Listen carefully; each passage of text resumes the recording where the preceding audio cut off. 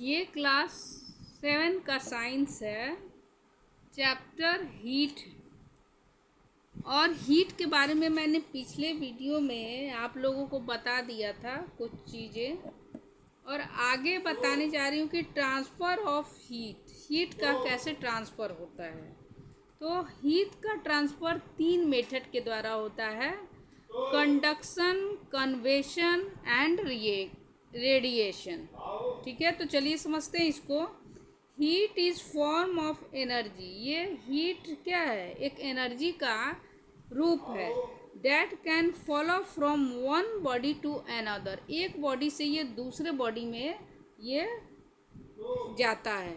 Heat can also follow from one part of the body to other part of the same body. ठीक है, अगर मान लीजिए कि यहाँ पे अगर मान लीजिए कि ये लोहे का ये डंडा है। ठीक है, यहाँ पे अगर इसको हॉट करेंगे तो ये धीरे धीरे धीरे धीरे इसके मॉलिक्यूल्स गर्म होते होते ये कोल्डर पार्ट को क्या करेंगे, सारा हॉट धीरे धीरे करते जाएंगे।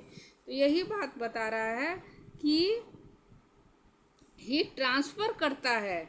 हीट ट्रांसफ़र होता है one part of the body to the another part में। ठीक है, what are the condition under which heat follow. देखिए क्या कंडीशन होता है कि हीट आगे बढ़ता है।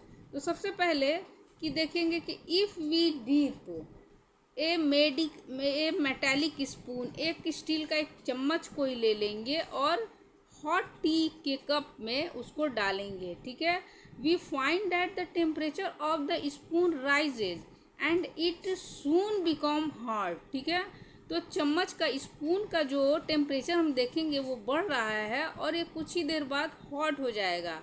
इन this case some amount of heat from the hot tea. ठीक है, हॉट टी जो है उसमें से कुछ हीट ट्रांसफ़र हो गया है ये स्पून में। Hot tea follow to the cold metallic spoon place in it.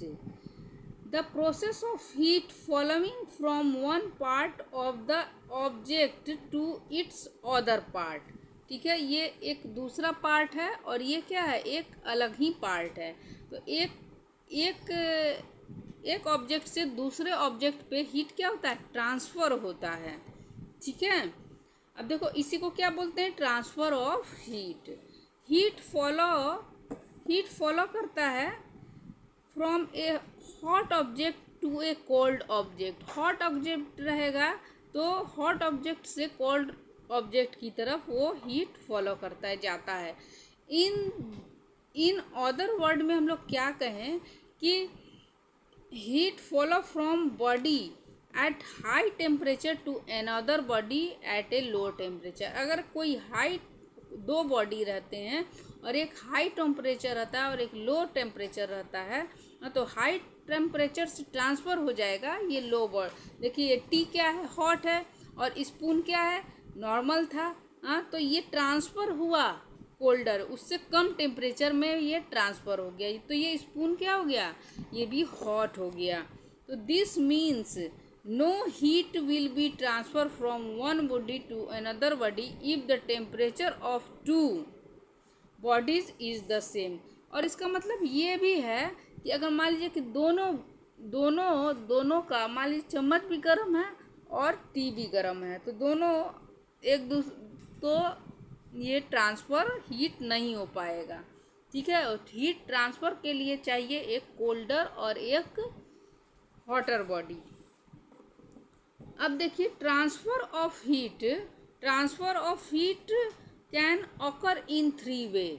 ये 3 वे में ऑकर होता है। पहला होता है कंडक्शन, फिर दूसरा होता है कन्वेंशन और तीसरा होता है radiation.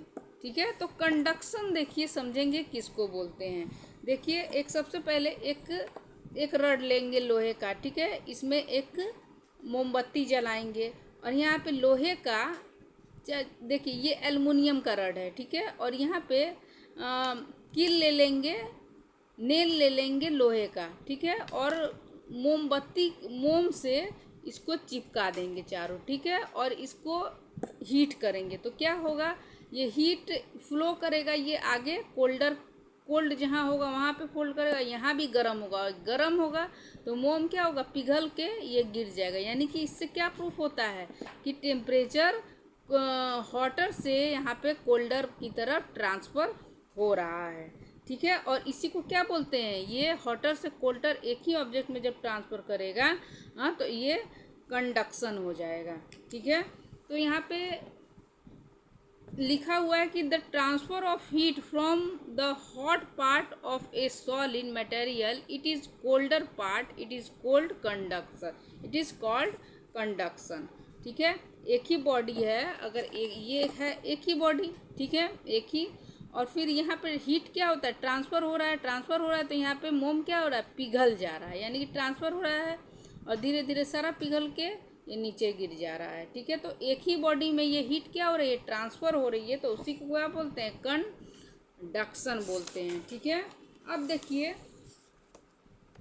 Conduction, conductor and insulator क्या होता है। ठीक है, कंडक्टर वो होता है जो हीट को हॉटर से कोल्डर की तरह ये ट्रांसफ़र करे। ठीक है, मगर इंसुलेटर क्या है, इंसुलेटर हीट को या इलेक्ट्रिसिटी को एक जगह से दूसरे जगह ट्रांसफ़र नहीं करता है। जैसे कि लकड़ी क्या है, इंसुलेटर है। ठीक है, अगर मान लीजिए लकड़ी को आप यहाँ पे गर्म करते हैं तो कुछ देर बाद ये ट्रांसफ़र नहीं होगा, ये आगे बढ़ेगा ही नहीं, यहीं पर गर्म होके ये जलेगा। ठीक है, मगर ये ट्रांसफ़र यहाँ पे आप पकड़िएगा तो ये गर्म नहीं होगा, तो वो क्या है, इंसुलेटर है।